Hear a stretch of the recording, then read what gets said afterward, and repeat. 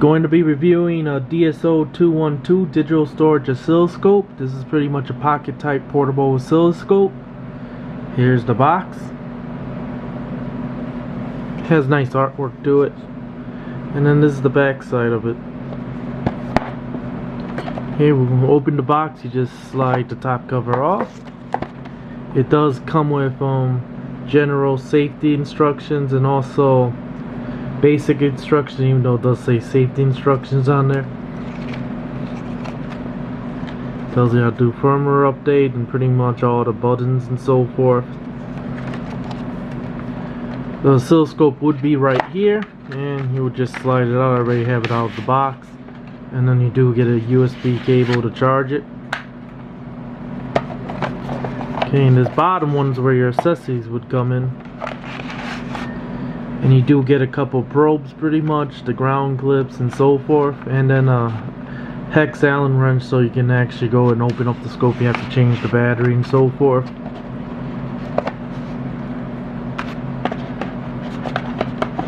Okay, and then we'll go ahead and get the box out of the way. And this is the oscilloscope itself. No, it doesn't come with this rubber case. I just put it on there. But we'll go ahead and show you what the scope looks like pretty much without the case.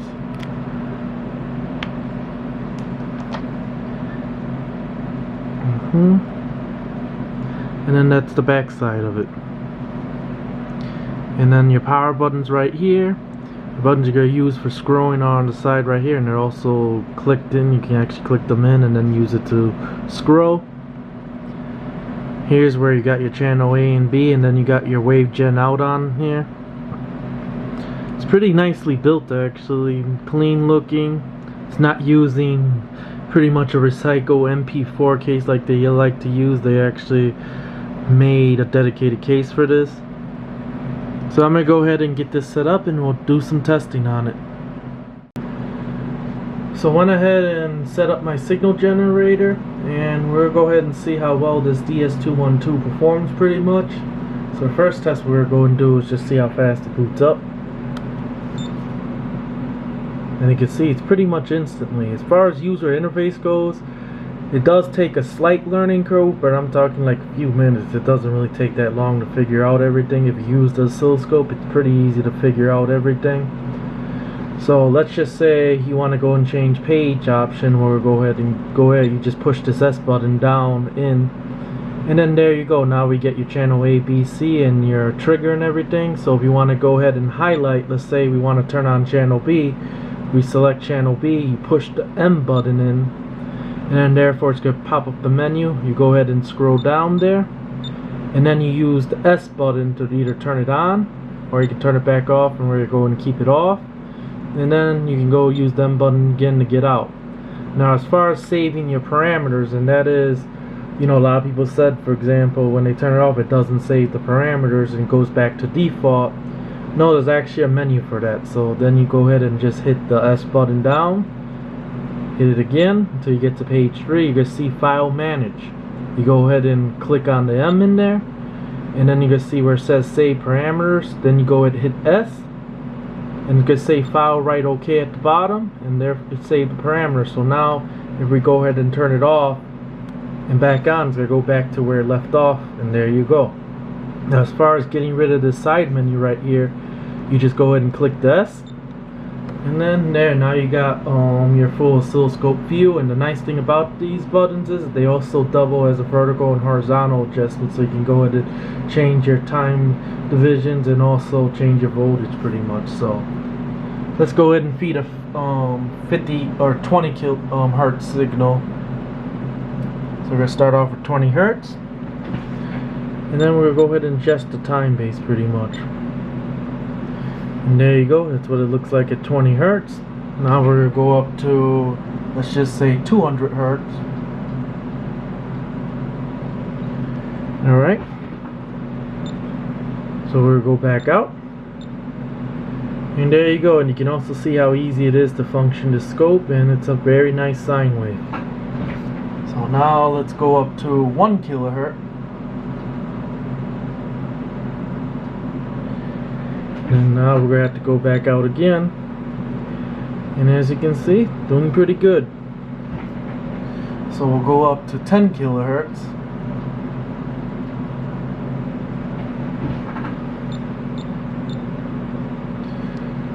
Still nice, holding in there.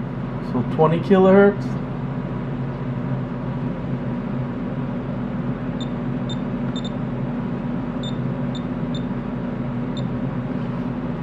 Pretty nice sine wave, and it's pretty responsive too. Now we'll go up to 100 kilohertz.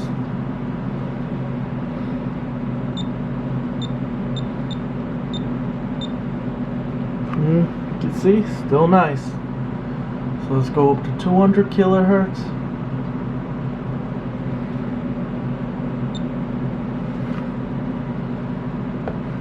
Okay, we'll go up to 300 kilohertz.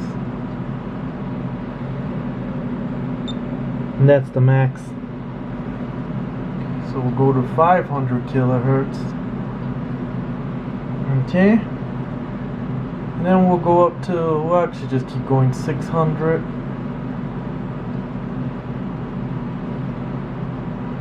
We'll go to 800.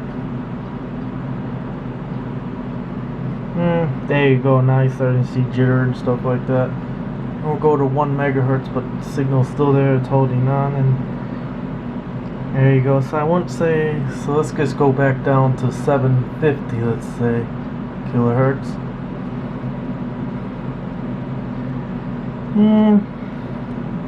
Let's go down to 700.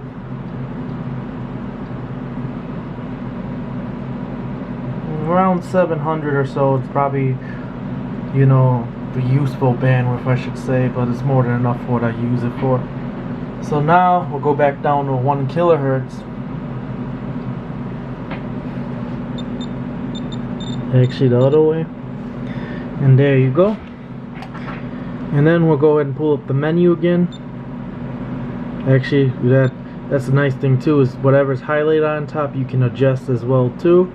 Now to get back to the menu, just hold that there.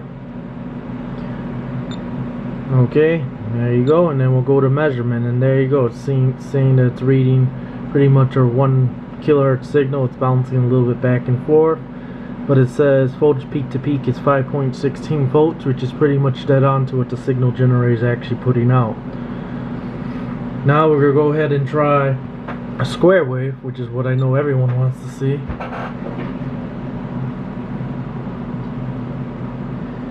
And you can see the square wave looks nice. We'll go and try ramp. We'll go and put an arbitrary. And then we'll go and put some noise into it pretty much. And we'll go back to square wave. Now we're going to go and increase the square wave to about 5 kilohertz. Okay. You can see it's doing a nice square wave. Okay, so let's do 10 kilohertz.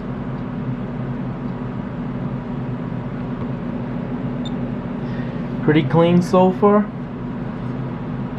25 kilohertz.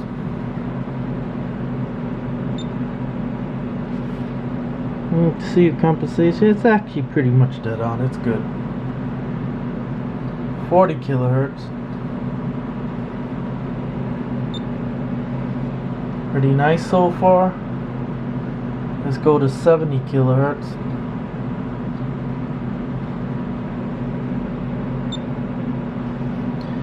Okay, and then let's go to 100 kilohertz. Still nice, alright. 125 kilohertz.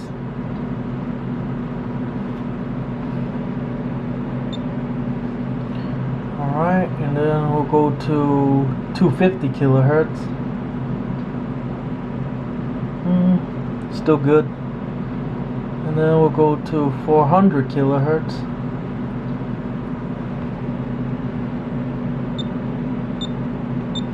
And that's the max, so there you go.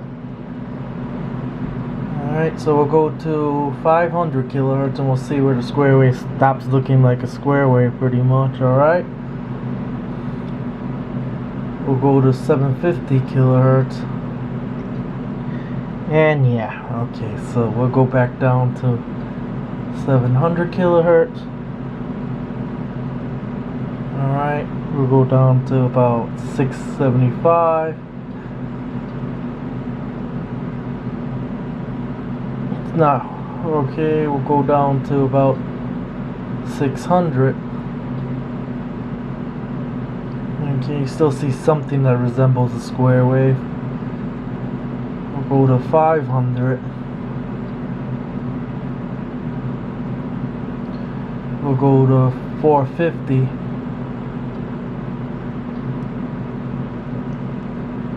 Okay, we'll go to 400. And there you go. So, and then now let's just go ahead and do. Yeah, okay, good. Arbitrary. Noise. Square, and then we got our sine wave there. We'll go back down to 100.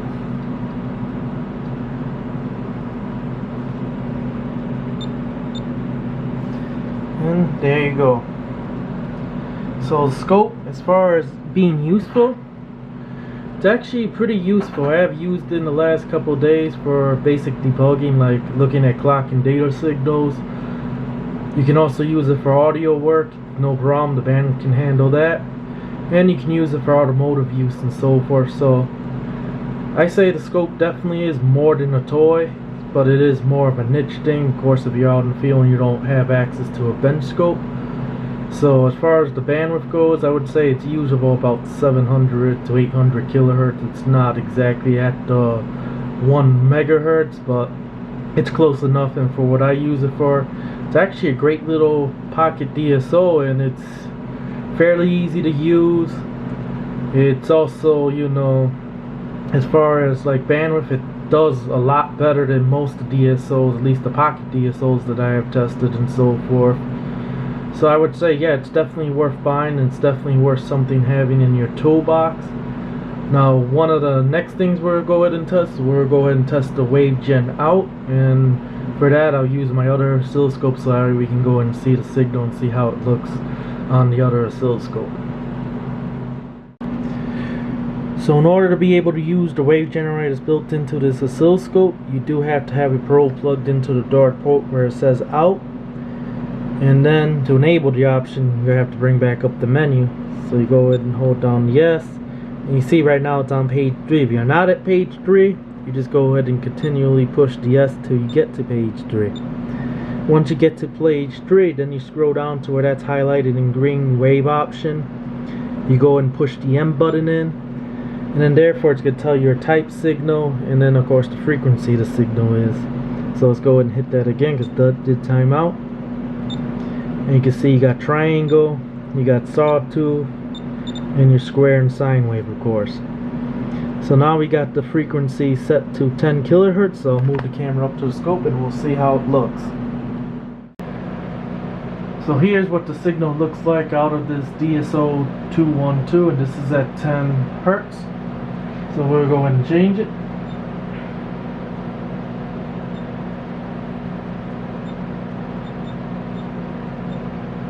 $20 hertz, 50 hertz. Now we'll go ahead and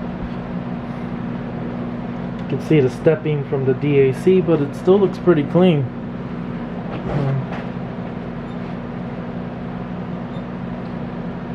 So we'll go 100 hertz, 500 hertz,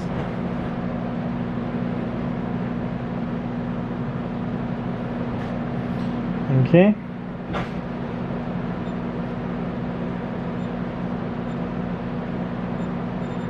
Yeah, I hate one thing about this is these buttons are sensitive. That's a 1 kilohertz signal, 2 kilohertz.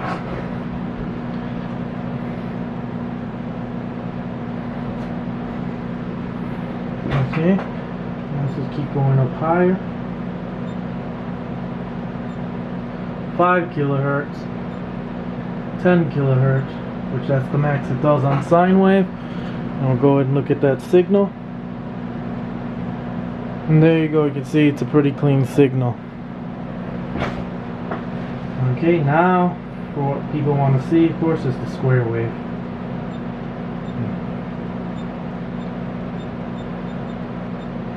Okay, there you go. And that's square wave. Right now we're putting 10 kilohertz. Okay, and then we go into, let's do 5 kilohertz. And let's just go back. Go back one more. And then we'll turn this down too.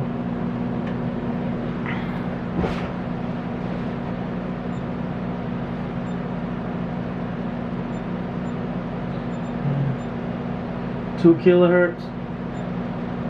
1 kilohertz.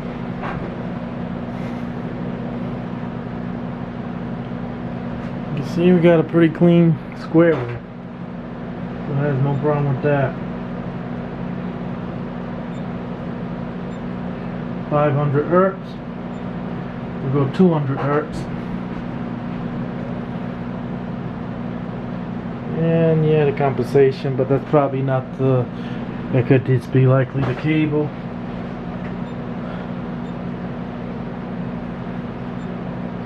.100 hertz, 50 hertz, and that's where it really starts falling off. 20 hertz, and there you go. So about 20 hertz and higher. Let's just go all the way up.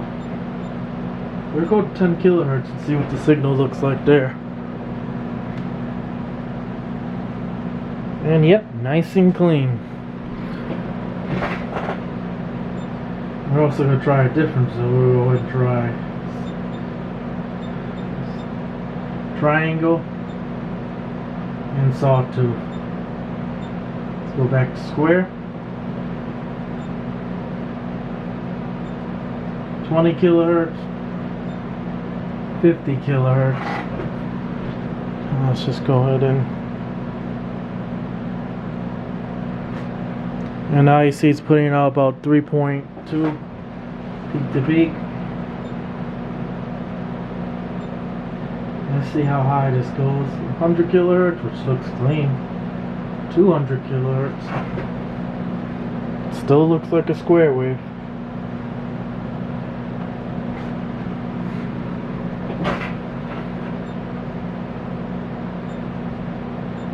Let's see what the max it is.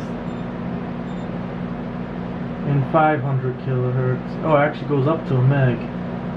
See how it looks at 500 kilohertz first. Okay. Let's see what it looks like at a meg. And that's at a megahertz. So I say, still looks like a square wave. Not perfect, but definitely usable. So yeah.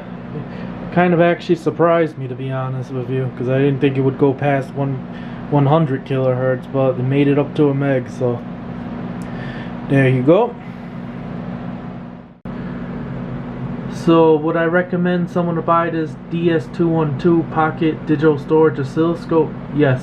I think it's more than a toy. You can use it for a lot of various different projects, including like RC, for example, if you're working on quadcopters and so forth, or on projects where you need to actually feed a square wave in and so forth. You can also use it for that. You can use it for debugging. You can also use it for serial.